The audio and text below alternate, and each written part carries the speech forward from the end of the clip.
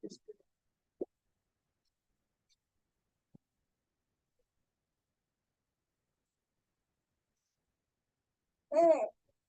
right, good evening, everyone, and thank you all for joining us.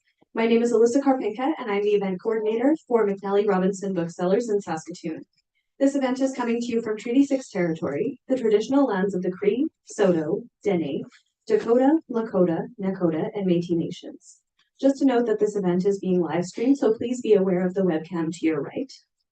I'd also like to take a moment to encourage you to silence your phones for the duration of the event.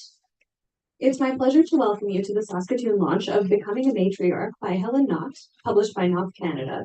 Thank you to Helen for being here tonight, and to Shauna Cook and Cameron Waller from Penguin Random House Canada for working with us to create this event.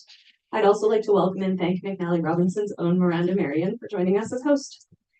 Helen Knott is a Dane Zaa, Nehiyah, Métis, and mixed Euro descent woman from Prophet River First Nations and lives in Fort St. John, British Columbia.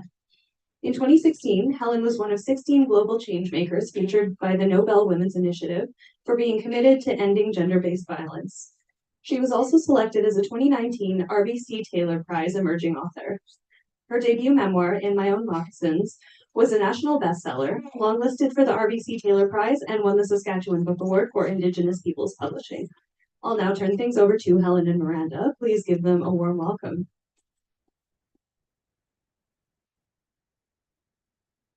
All right. Hello, everyone. Thank you for coming by. Hello to those who couldn't make it in store but wanted to join us anyway. That's fantastic.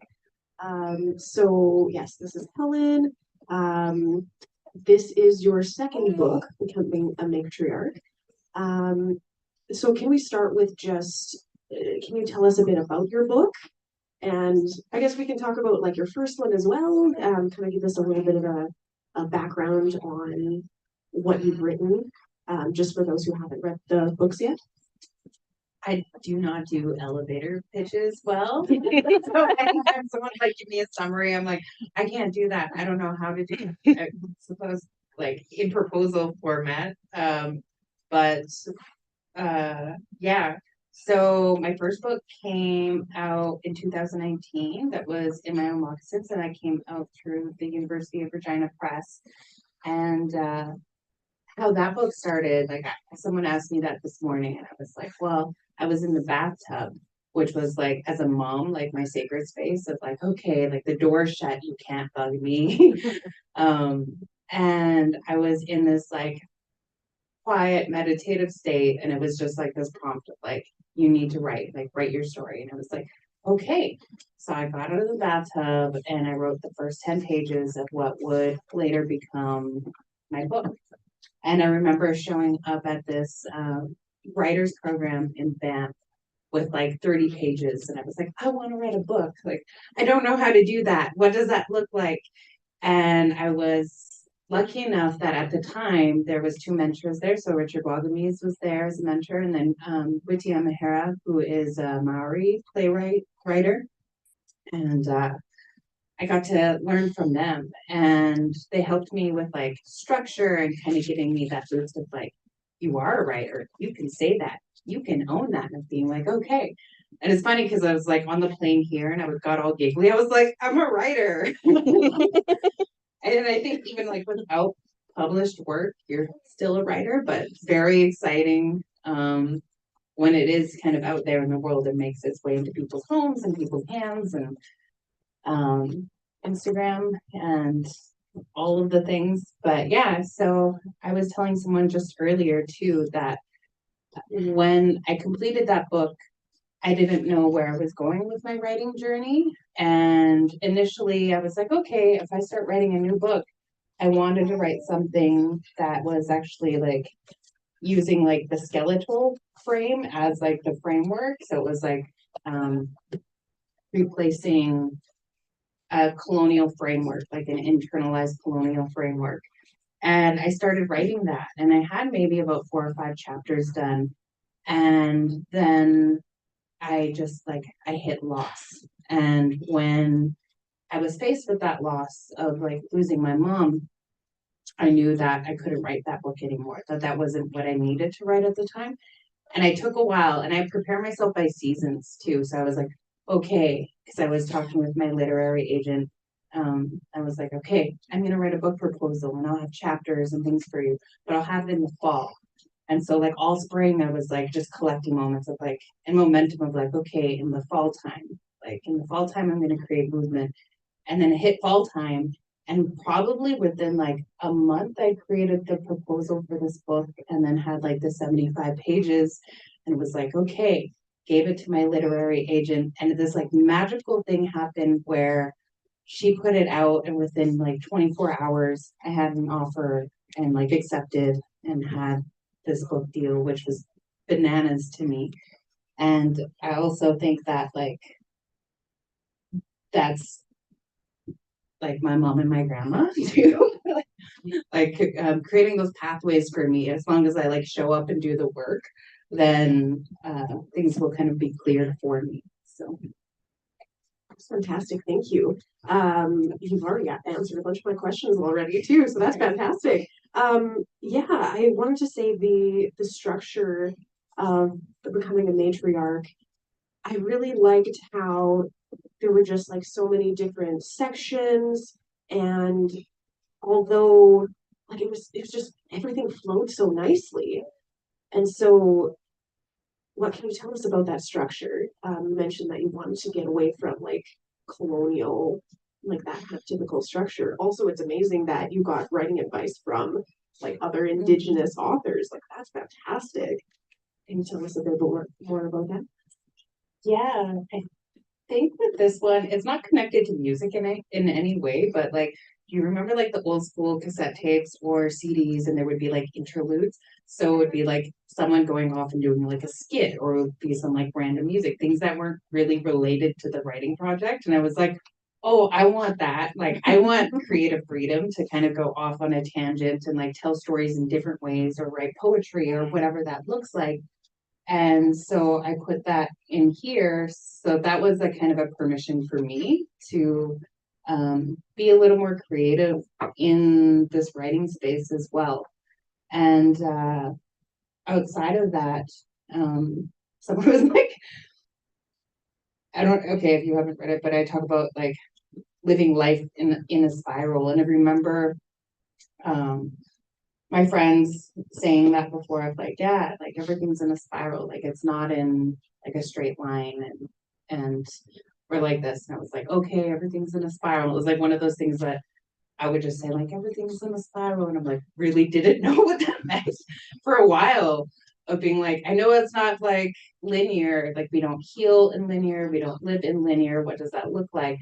And I was on this podcast interview with these two ladies, and the one was like, oh yeah, because then you're kind of like pushing outwards every time, and every time you like revisit your story, then you're doing it from a different angle. And I was like, oh, okay, that makes sense in terms of healing and feeling and story visiting. And also, I feel like gives me a lot of compassion for myself when I'm kind of like sitting at the table with story once again, and like if I'm in my feels a little bit or in my behaviors a little bit, being like, okay, this is different in this way, and I can shift from story.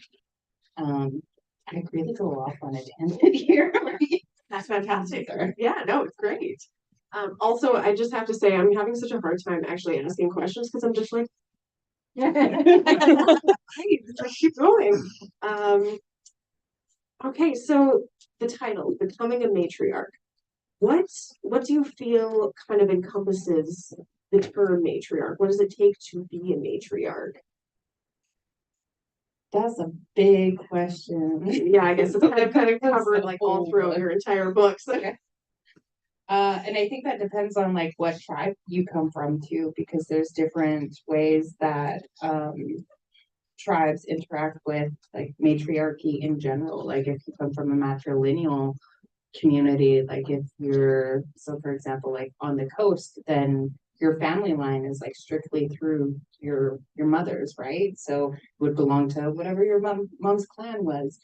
And then the territory that I come from, you know, from stories that I've heard, that we were matrilocal, it's not that way anymore. And that just means that like if you were to get married or to be partnered with someone, then you would move to their territory, to the women's territory.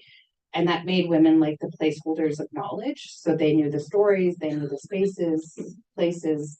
They were kind of like the cartographers or the memory keepers of like tribe and space. So that being said, in my community, not within my nation, like our nation is really small. The Dane Zaa people, we probably have around like 3,000 or 4,000 people spread out like over a really wide geographical area. But in my specific community, like we've had, I would say, like elected female people in leadership for the past like 60 years, like as long as I can, well, that's beyond me, but for a really long time. And there was like a little drop in the bucket where there was like a 3-year term where it was like a man. But like I grew up witnessing women in leadership spaces. But also, if you go to a different community that's within our nation, I remember talking with someone who was from outside of her community, and she was saying, you know, like I really don't see a lot of women in these leadership spaces. Like they're not, like, how do we empower them? Da, da, da. And I was like, do you know what like their homes are like? And I was like, because the way that I've also seen it is that women are heavily involved in decision making in our communities, but it like happens behind the scenes. So it's not so much in your face all the time, which can be, I feel like, a westernized understanding of leadership or decision making and influencing decision making. So knowing what that looks like, you know, even from my family's lens, where, or looking at my family where like the men held the driver's licenses and the keys and like from the outside looking in like the economic power, but it was always the women who told them like where to go, when to leave, like what are we doing today, mom? And my grandma would be like, well, this is what we're doing. And she kind of also kept that seasonal memory too of like, okay, well, the strawberries are out, we're going to go to this old airship, okay, the huckleberries, like that kind of thing. So. And so your book, it's a memoir. There's a lot of your stories in it. You also talk about your mom and your grandma, a couple of other matriarchs. Can you tell us a bit about your family? I read that you have some siblings. How have they been through this with you? There's been a lot of grief, like you lost your grandma and your mom. And you have a big caring family, it really seems like. How many siblings do you have? Yeah, I have 3 siblings, 3 brothers. I'm the eldest daughter. I feel like and the eldest granddaughter, and I feel like when you occupy those spaces, like your relationship to responsibility shifts and changes a lot too. But I also grew up with a lot of aunties on my maternal side. So I have 4 aunties. And, you know, I remember I have a coffee cup like tattooed on my arm and it says Bigfoot on it. And I remember as a little girl, like my aunties would come over and they would make pot of coffee, like after pot of coffee, like for the night. And they would sit at the table with their big hair, smoking cigarettes and telling stories. And like it was my favorite thing, and just growing up in awe of them, and also in awe of like the stories that they would tell, which was usually like some form of like calling somebody out or like almost getting a fight or fighting a man or whatever that looked like. Not stories that they would tell like outside of the kitchen table though. And yeah, and I was really blessed in that way of having so many women to love me and to raise me. And my aunties really were like, they were my other moms as well. Because when I was a youth and in my behaviors, and my mom didn't know what to do with me, and then she would send me to my auntie. So I remember like going out to a ranch and like building buffalo fences with my auntie, and she just like drove this tiny little Toyota like in the mountains, And like one time the buffalo came in and they like attacked her truck and like rammed it. And like she just lived this like fearless life out there. And so from her, like I take those types of things. And then my eldest auntie, she recently passed within the last few months. And with her, she was a force and did a lot for our people in the realm of education, things that I didn't even know that she had did until she passed, and people told stories about her at her funeral, just in terms of like, oh, she built this, she built that. People are able to access educational funds because of the work that she did. Because and yeah, so that was kind of crazy. But with her, I'll sit at a table and if something doesn't sit right with me and I'm like unsure and I feel a little like shaky in my voice, I'm like, I don't know if I want to say something. Can I just leave it? I'm like, okay, what would my Auntie Diane do? Like, what would she do? And that has guided me in life for sure. Fantastic. And you're a mom.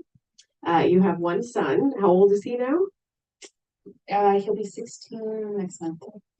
And so, yeah, if you read the book, it starts out with him just arriving into the world, and it like that just sounds like such an incredible experience being a mom. And with that, of course, it comes with all of these responsibilities. And when reading the book, I just noticed how strong you always have to be, whether it's for your son, for your family.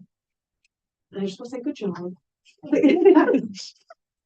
Like I know it's hard. Like I personally grew up in a household like my father wasn't around too much, and so it was just my mom, and that's hard work, and having to take care of the family and just feel like you can never let out that extra emotion and stuff.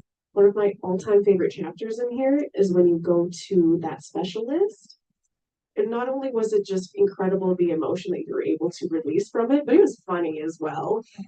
Can you tell us about a bit about that? I can't remember the doctor's name. Or like, was he an official doctor? No, he's not an official doctor. Just going back to like what you were talking about earlier. Like I remember I was going to school and I was working part-time and my son was probably about 5 at the time. And I went to my auntie, one of my aunties, and I was like, Auntie, like I'm really tired. Like I don't want to do this anymore. Like I haven't been able to sleep. Like this is like a really big struggle. I don't want to do this. And thinking that she would give me this like pep talk, like you got this, my girl. And she was like, you're gonna do it. You know why? I said, why? She said, because you have no other choice. And then she just walked away, and I was like, okay, like I was like that was it though. And in the front of all of my like textbooks and my workbooks, I put like statistics about single moms, like living below the poverty line. And I put that in every one of my notebooks. So every time I opened it, and if I was like, I don't want to do this, it was like, okay, well, what kind of life are you wanting to cultivate or create for your son? What does that look like? And so I was faced with that every time I opened it. And that kind of gave me that drive to like move and create change. But I think as like a single mom, especially one when you're navigating and trying to like push and or pull yourself out of like a poverty space or impoverished space, there's like a hardness that you get when you're filling both roles and kind of like holding the world on your shoulders, that type of thing. And it was just like in this last like few years of like learning what it means to be soft and how do I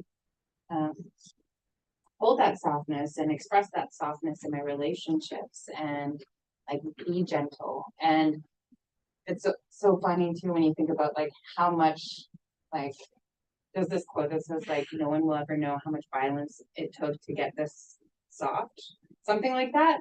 I was like, yeah, that rings true. Just in terms of like I feel like I am a big old softy these days. Like I do have that fierceness to me, but I want to be like a good relation. And I wanted to say like I want to be a good lover, but like a lover of all things, just a lover in general.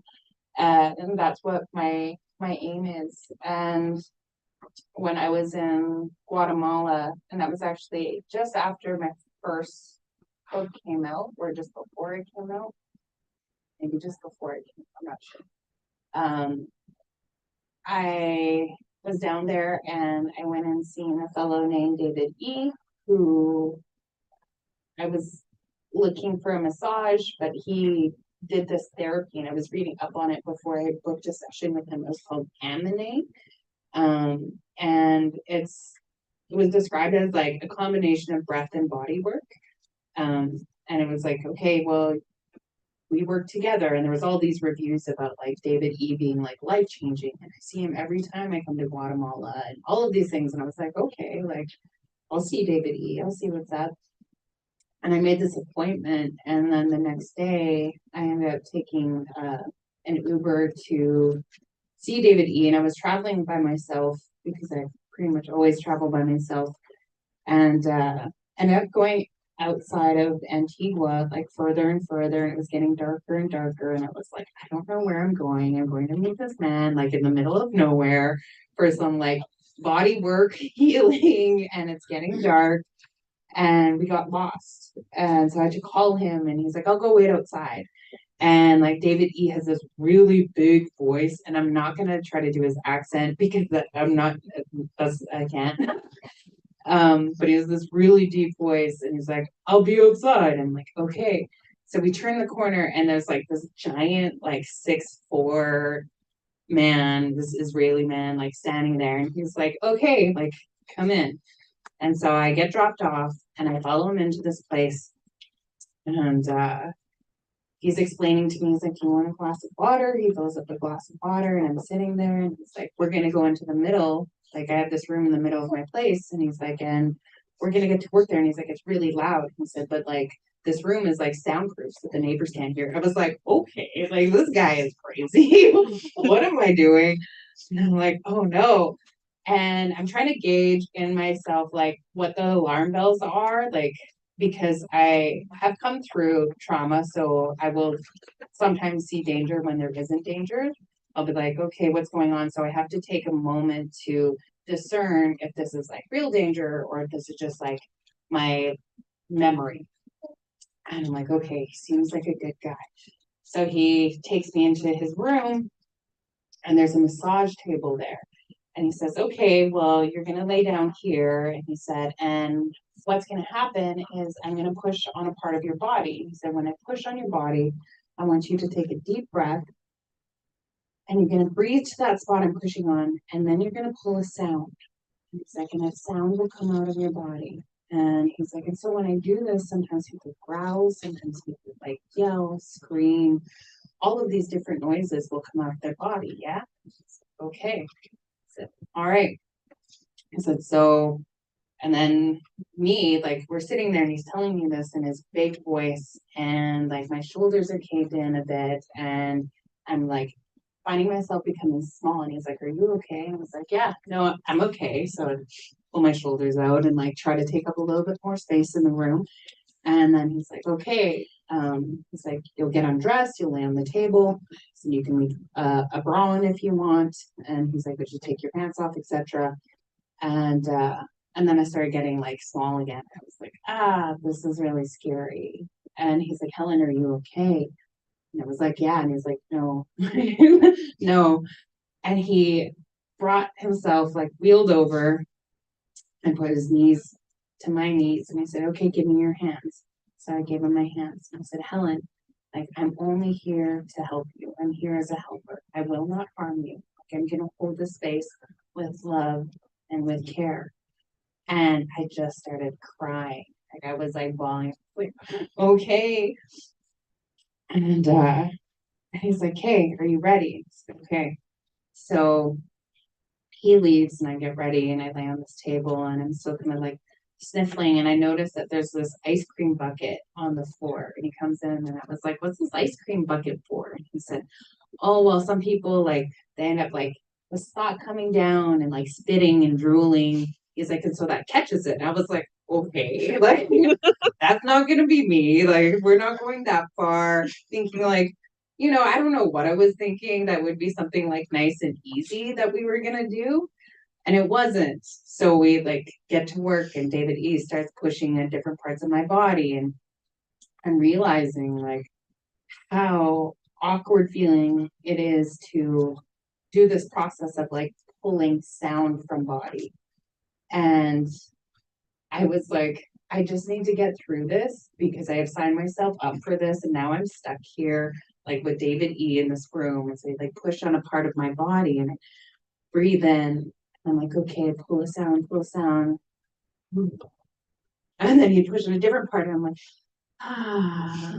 So I'm trying to like make a variety so he doesn't like basically call my bluff. So pulling all these different sounds, and then he like pushes really, really hard at one point of my shoulder that's like really soft. And I was like, ah. And then he like pushes harder. And I was like, okay. When I was little and I used to get a licking, like if I screamed loud, they would stop earlier. So I was like, okay, I'm going to scream really, really loud. So I screamed loud. And David, he wasn't giving up, and he pushed even harder. And finally, I just yelled. I was like, stop it, motherfucker, that hurts. And he was like, ha, like, there you are. There you are. Like, you showed up. And he's like, this is your body. Like, you tell me when to stop. And he's like, okay, like, let's get to work. And after that, there was this like permission from myself to actually allow noise to come from my body, and being really surprised too of like what that noise was, where it was, and really coming to this understanding of a body holding story, and how old some of that story can be, because there were some points where sounds came out of my body that felt not ancient, but like they had been with me for so long and hadn't been heard.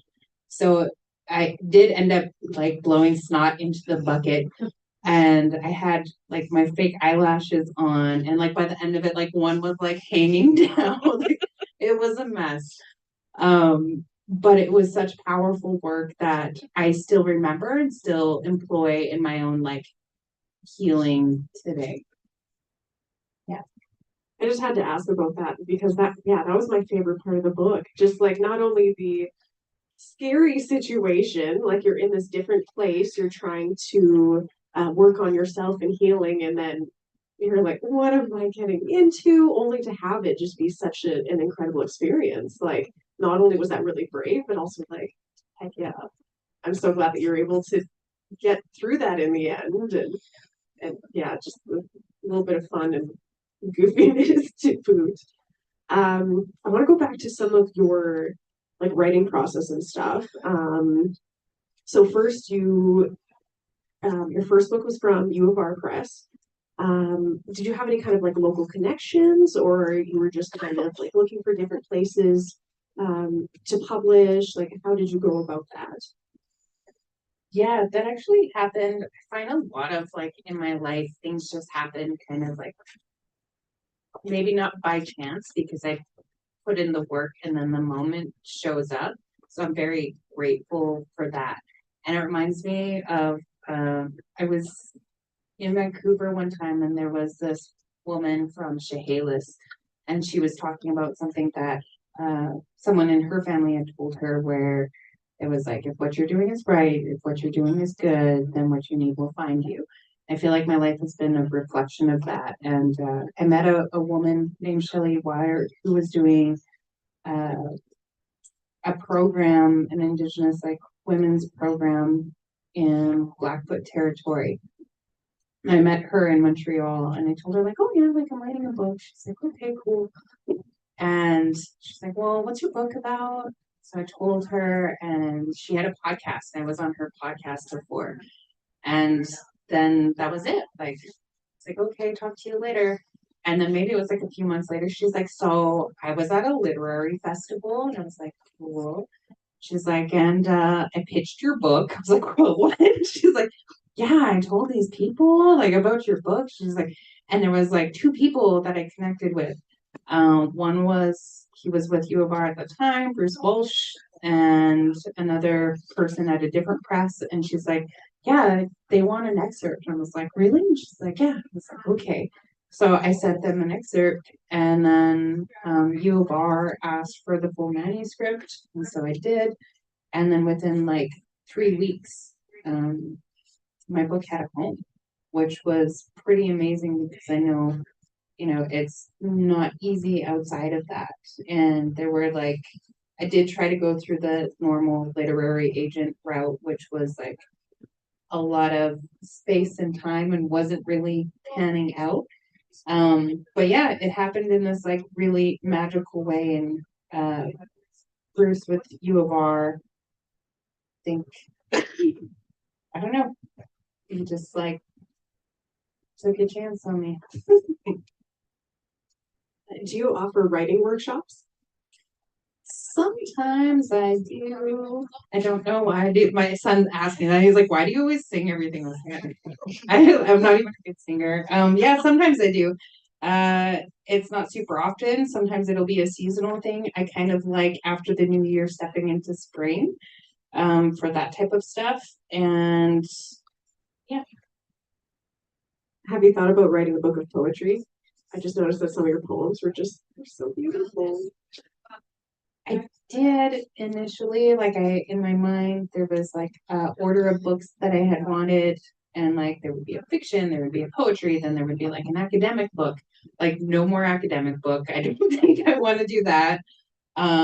Perhaps a poetry book, but like in my later years, and my next book will be fiction. So I'm excited for that to kind of transition into a new literary space. Well, I'm definitely going to pre-order that. Alyssa, how are you doing for time? You still got about a half hour, so if you want it. Okay, because I feel like I'm just sitting here and I'm like, I have all these questions. I want other people to ask questions too. What are your thoughts on the next generation? Like being a matriarch and I don't know, like upcoming matriarchs. What do you think about the community? What are just some of your thoughts on the future and people in it?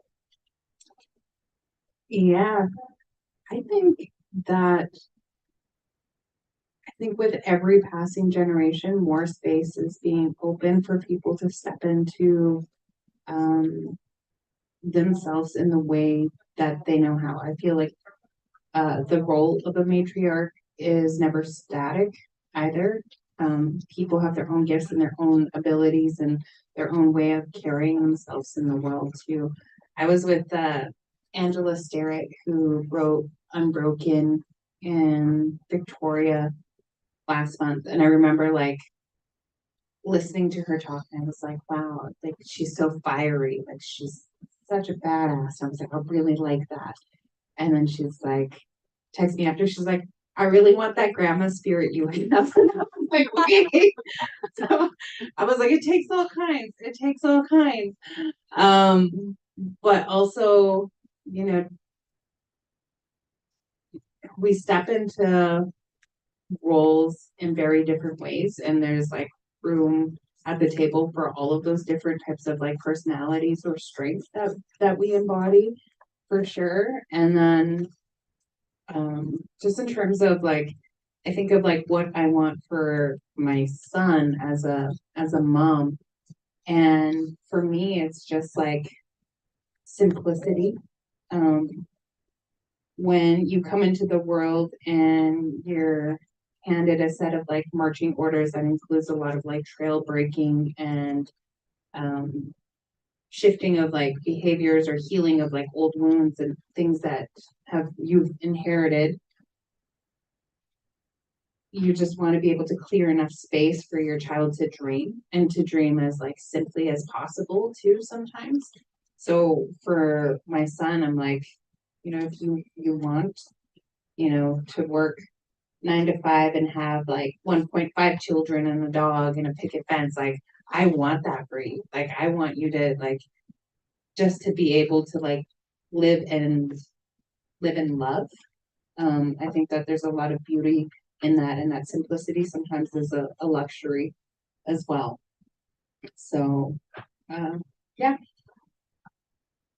Okay, I think I only have one more question, unless something else comes up. I love it. All of the answers you have. So at one point in the book, or a couple of times, you were talking about how, I can't remember how you worded it. It was worded so well. You talked about how you wanted to get more like Indigenous teachings. You wanted to learn more about like your past and your family and like various traditions and stuff like that. I I personally I feel that. Like my father's side is Indigenous, and being that he wasn't really there, and my grandpa's family were involved in residential schools, a bunch of that just got taken out. And so it's like it's unfortunate that like you have the same issue, and but it's kind of like it's nice like having that in common, that there's so many teachings and traditions that we've missed out on. What are some of your favorite things that you've like come to learn, and kind of like um, traditions, or like any teachings or anything like that that have really resonated with you? I feel like there's a lot of us that live with like that phantom ache, or that longing for things that were once ours, and not knowing what those things are sometimes, like just knowing that there's something missing. And that process of recovery is like very painstaking. Like it takes a lot of work. And that's also why, like, even in my writing, someone was like, how come you didn't tell the story that your grandma tells you in here? I was like, because that's mine. I'm like, there's things that I've worked for, or things that I know and have learned that are only mine. And even in terms of like dreams, and the way that this book also could have ended, there was like a part of me that had to weigh it in terms of like, what am I holding on to, and then what am I giving out into the world too. So things that I didn't put in there because I was like, I think that one is just gonna like remain for me. And I think that we do our best in terms of looking for seeking out teachings and seeking out knowledge. And it does take and require a lot of patience as well. There's a funny story, and it's just like in terms of like language recovery, or like learning things. My grandma, and I was like, okay, well, what does that mean, grandma? What does that mean? Like wanting the literal translation of some of the words that she would tell me. So like some of my favorite, like one of my favorite words is Natanekwan, which is just like thunder fire, which means lightning. And she's like, okay, rainbow, Nataneklule. And I was like, what does that mean? She's like, rainbow. I was like, no, but what does it mean? She's like, rainbow. And I'm like, but Natane means thunder. Like, what does Klule mean, grandma? And she's like, rope. And I was like, thunder rope? She's like, yeah. I'm like, I was like, okay, well, that's what I want to know. And she's just like, get annoyed with me, right? She's like, yeah, but a thunder rope. She's like, because it's like a snare in the sky. And I was like, oh, okay. But had I not been like that pestering, like fruit fly or mosquito, like I wouldn't have known that. And even with my name, like because she called me Dishin Seke, and that means Cree woman. And I'm like, grandma, because my dad's Cree, and I'm Cree too. And so I was like, grandma, like, what does Dishin Seke or Dishin mean? She's like, Cree. And I was like, no, but what does it mean? She's like, Cree. Grandma, and she's just like, leave me alone. And I'm like, okay.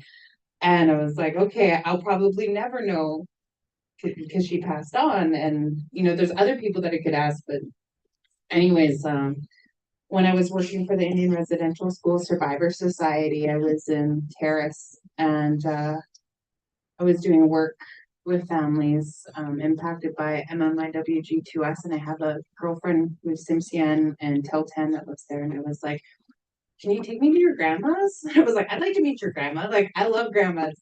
And she's like, oh, okay. So we'll go there later today. So she took me to a totem pole, relayed some offerings, and then she's like, hey, we're gonna go to grandma soon. And I was like, hey, I'll go to the hotel for a bit and then I'll meet you. And I ate food, and which was a mistake because then I showed up and it was like dinner time. And she's like, okay, like, are you gonna eat? And I was like, no, I ate. And she's like, are you gonna help? I was like, kidding, like, I'll take the food. So then I sat there and then it was like done. And then she like filled my plate. I ended up having like 2 plates. But my friend's dad showed up and he's Teltan. And he sat at the table and he just came back from fishing camp and he's like sitting at the table, like full of like testosterone and like manliness. And he's like, so where are you from? And I was like, oh, I'm from Fort St. John. Like, I'm from Prophet. Like, I'm Dane Zaa and I'm Cree. And he's like, oh, you're Cree, hey? Like, his like chest went back and he kind of puffed out a little bit. And I was like, yes, I am. And he's like, yeah, your people are the reason why I didn't learn how to swim. I was like, okay, that's a story. Like, what do you mean by that? And he's like, yeah, when we were little, they would tell us, don't go down to the water or the dishin, it will get you. And he's like, and dishin, it means like ghost. And he's like, because they would like paint themselves like white and they would just show up and no one would hear them coming. And he's like, so he's like, I never learned how to swim because I was terrified of the dishin coming to get me. Like, oh, but I was like, that's what I've been asking for because we belong to the same language group too. We're both Athabascan language, so a lot of our words are not a lot, but some of our words are similar. So I was like, okay, and that's how I learned what that meant. It's fantastic. Before we get into questions, I just have to say I have a strict no highlighting books policy. I was so close. There's just so many good passages, so many relatable, so many things that you just wrote so well. And that's just me fangirling, sorry. Are you ready for questions? Is there anything else you want to share? Okay, do we have a spare mic? Oh, Or- sorry, we don't. No, okay. Speak up. Yeah, okay. I just, through following your social media, I had kind of noticed between the two books that you had worked with organizations that helped like missing and murdered Indigenous women and girls. And so I was just wondering if you felt comfortable speaking about your time working with that population of people and just like how you coped with it.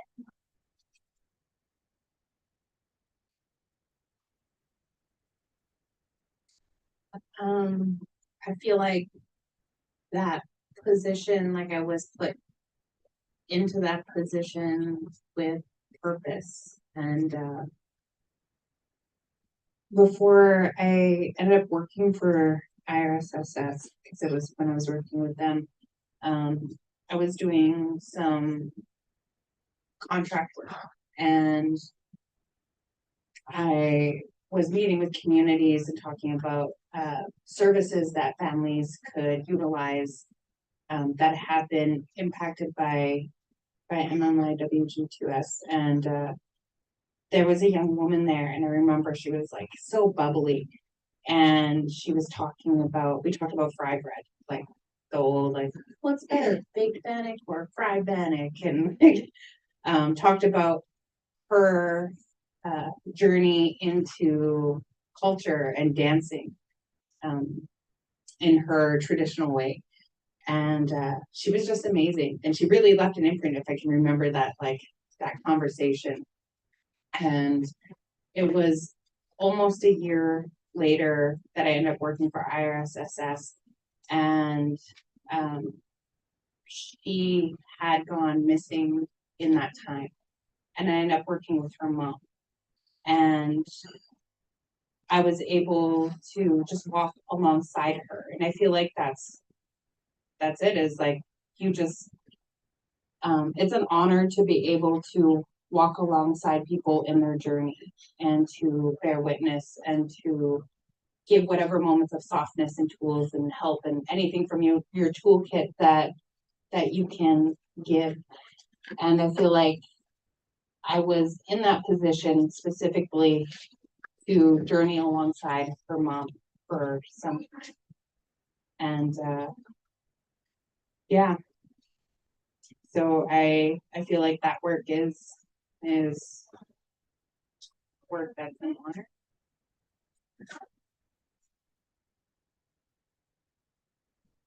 you have any other questions? Sure. I think if I remember correctly, there's like 3 maps in your family that are like super sacred. One, just the one. Yeah. Oh yeah, and then like, do you feel the weight of it? Whoever keeps it, kind of thing. You ever feel it? Does it appear in your dreams, or what's that like? Um, it stays like stationary now, so it's not like before when I was growing up, and that like that item would go to different households. Um, so I'm never really around it either in that sense. My one auntie is like the keeper slash holder now, so she's been talking about what that looks like for her, uh, and just even in terms of things in her life that are shifting and or changing to make space and hold on. Something I was just reminded of, you were talking about the bathtub is like your space, it's your time. First of all, mood. But what are some other ways that you kind of just take time to think things through and connect and like work on things spiritually and emotionally? What are some of your like techniques, especially like going through grief and stuff? What are, other than that like crazy stuff in Guatemala, what are some of the other things that you were doing to get through it? Yeah. I remember I did a CBC short doc. It was called Peace River Rising, and they were like, "Oh, okay, well, we'll go down to the river with you." And they're like, "Well, what do you do down here? Like, how can we put this on film? Like, what does it look like?" And I was like, "I sit here by the water." Like, and they're like, "No, but like, how do we?" I was like, "No, I literally am just sitting here, like in spaces, like not doing anything. Like sometimes we'll like give an offering, but I'm like, I'm just there." And there was this moment, I think maybe a year and a half or so after we lost my mom and we had lost my grandma. And me and my brother were in the valley and we were on a hilltop and we were watching the sunset.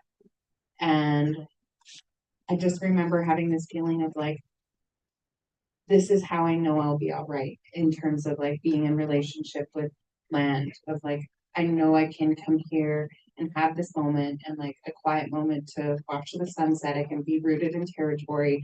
I know that the river's there. I know that I can take my grief down to the river and it'll hold it for me and take it away from me. I know who I am because of where I'm from, because I know place. And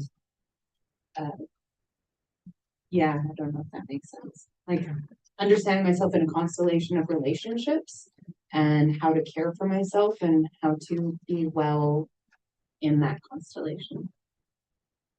Fantastic, thank you. Do we have any more questions? You mentioned that you hope to branch into fiction. Do you have any particular genres that you hope to play with, or any plans specifically? Yeah, it's gonna be historical fiction. Ooh. So rooted in territory, and then it'll follow a few different generations. So I'm really excited for that. So there will still be like elements of truth and a blending or restoring memories that were passed down to me. Yeah. Awesome.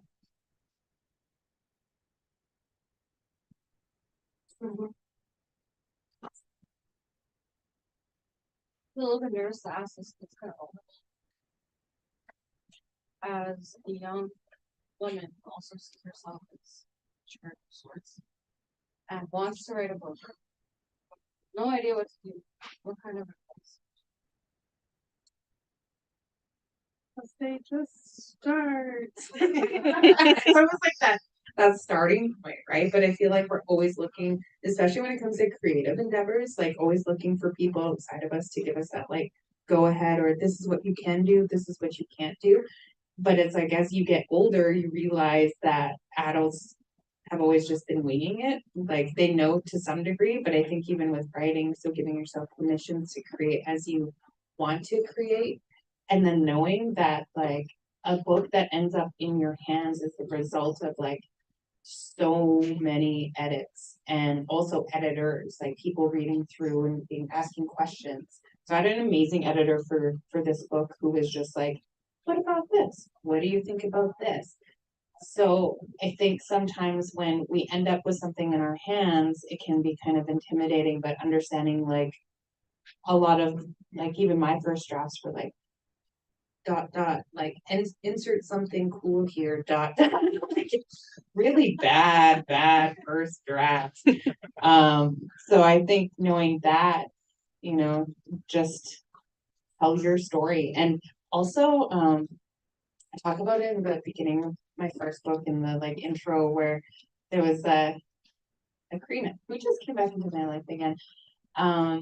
But he was talking about songs and he's like, and songs will like travel the world until they find someone to bring it into the world. And I feel like that's the same with story. Like, even if it's your own story, it's kind of like that nudge of like, hey, like I'm waiting here, can you start? I'm waiting here, can you start? And we have to honor that and step into that space of like bringing into the world and also trusting that if we show up, something else will do its part. So like above my writing space, I had like, if you take care of the quality, I'll take care of the quantity.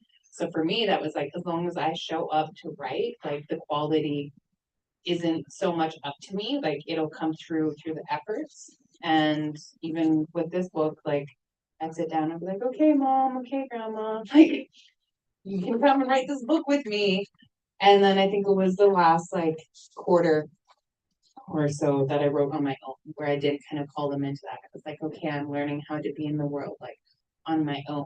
So there's all of these like different elements in terms of like being in relationship with story, bringing it into the world, and just knowing like in creating a practice of like what is your creative practice around writing? I don't know if it would be like those like little ceremonial type of things, like where I would invite people into that writing space with me. What does that look like?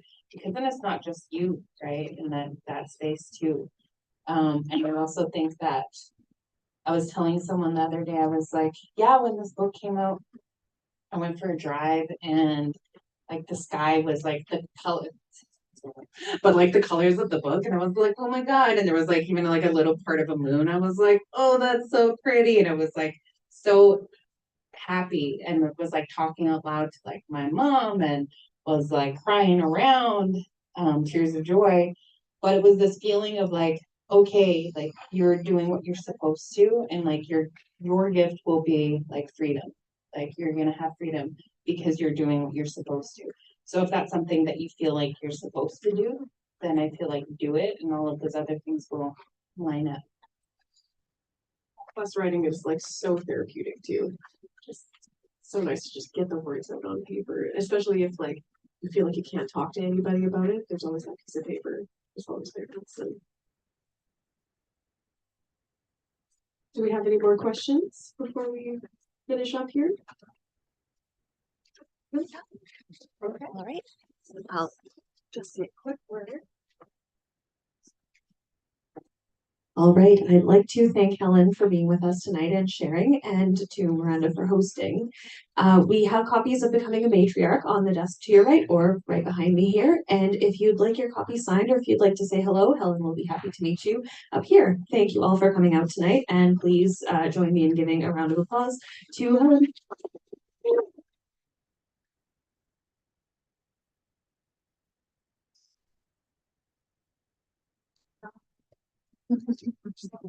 I got you. I turned it off.